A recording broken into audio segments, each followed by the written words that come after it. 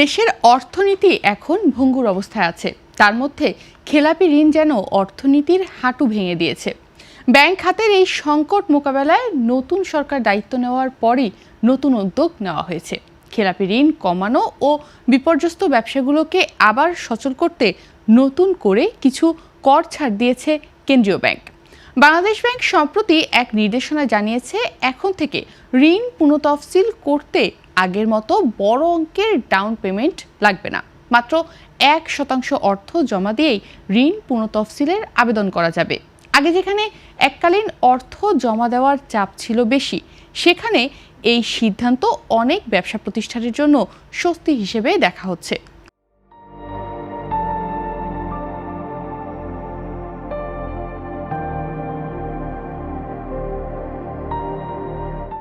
একই সঙ্গে পুনঃতফসিলের বাস্তবায়নের সময়সীমাও বাড়ানোর সুযোগ রাখা হয়েছে। যৌক্তিক কারণে নির্ধারিত সময়ের মধ্যে তা বাস্তবায়ন যদি সম্ভব না হয়, তখন ব্যাংকগুলো অতিরিক্ত আরও 3 মাস সময় দিতে পারবে। কেন্দ্রীয় ব্যাংক বলছে, যেসব প্রতিষ্ঠান ব্যবসায়িক ক্ষতির কারণে ঋণ পরিশোধে সমস্যায় পড়েছে, তাদের আর্থিক কাঠামো পুনর্গঠনের সুযোগ করে দিতেই এই নীতি সহায়তা দেওয়া হয়েছে। বিভিন্ন তফসিলি ব্যাংক ও খাত সংশ্লিষ্টদের আবেদনের পরিপ্রেক্ষিতেই এই সিদ্ধান্ত নেওয়া হয়েছে। নতুন নির্দেশনা অনুযায়ী পুনঃতফসিলের ক্ষেত্রে যে এককালীন অর্থ জমা দিতে হয়, তার একটি অংশ আবেদনের সময় এবং বাকি অংশ 6 মাসের মধ্যে পরিশোধ করা যাবে। এতে বিশেষ করে যেসব ব্যবসায়ী সুবিধা পাবেন, যারা এককালীন অর্থের অভাবে ঋণ নবায়ন করতে পারছিলেন না, তাদের অনেকেই এখন ঋণ নিয়মিত করার সুযোগ পাবেন। পাশাপাশি সুদ মওকুফের বিষয়েও ব্যাংকের পরিচালনা পর্ষদ গ্রাহক ব্যাংক সম্পর্কের ভিত্তিতে সিদ্ধান্ত নিতে পারবে বলে জানানো হয়েছে। এর আগে ডলারের মূল্যবৃদ্ধি, আমদানি ব্যয় বৃদ্ধি ও ব্যবসায়িক ধাক্কায় ক্ষতিগ্রস্ত অনেক প্রতিষ্ঠানকে সহায়তা দিতে কেন্দ্রীয় ব্যাংক 2% অর্থ জমা দিয়ে খেলাপি ঋণ নিয়মিত করার সুযোগ দিয়েছিল। সেই ঋণের মেয়াদ সর্বোচ্চ 10 বছর পর্যন্ত রাখা হয়েছে এবং ঋণ নিয়মিত হলে প্রথম 2 বছর কিস্তি পরিশোধে বিরতিও পাওয়া যাবে। এখন নতুন করে শর্ত আরও কিছুটা সহজ করা হলো। নীতিমালা অনুযায়ী কোনো প্রতিষ্ঠান আবেদন করলে 6 মাসের মধ্যে সংশ্লিষ্ট ব্যাংকে তা নিষ্পত্তি করতে হবে। ঋণ পুনঃতফসিলের বিষয়ে চূড়ান্ত সিদ্ধান্ত নেবে সংশ্লিষ্ট ব্যাংকের পরিচালনা পর্ষদ।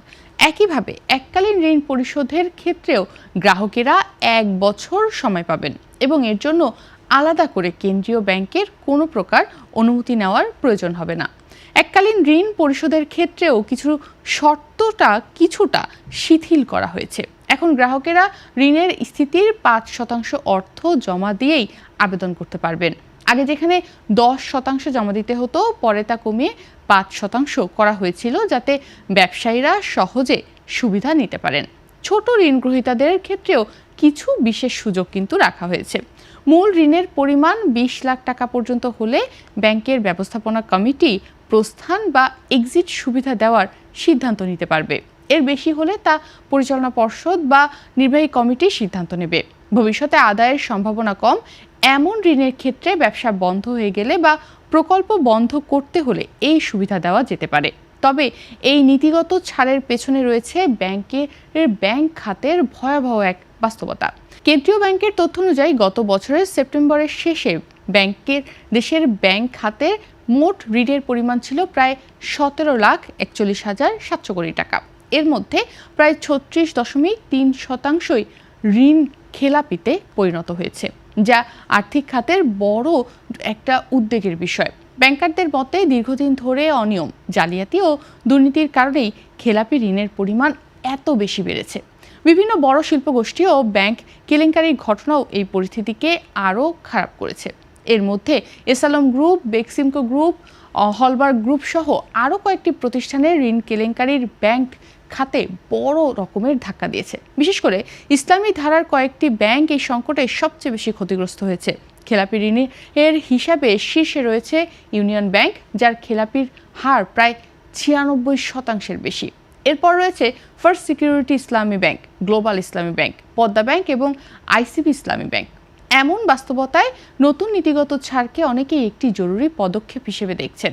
তবে অর্থনীতিবিদদের মতে, শুধু ঋণ পুনঃতফসিলের সুযোগ দিলেই সমস্যার সমাধান হবে না। ব্যাংক খাতে সুশাসন, জবাবদিহি এবং অনিয়মের বিরুদ্ধে কঠোর ব্যবস্থা না নিলে খেলাপি ঋণের এই সংকট থেকে বের হওয়া কঠিন হবে।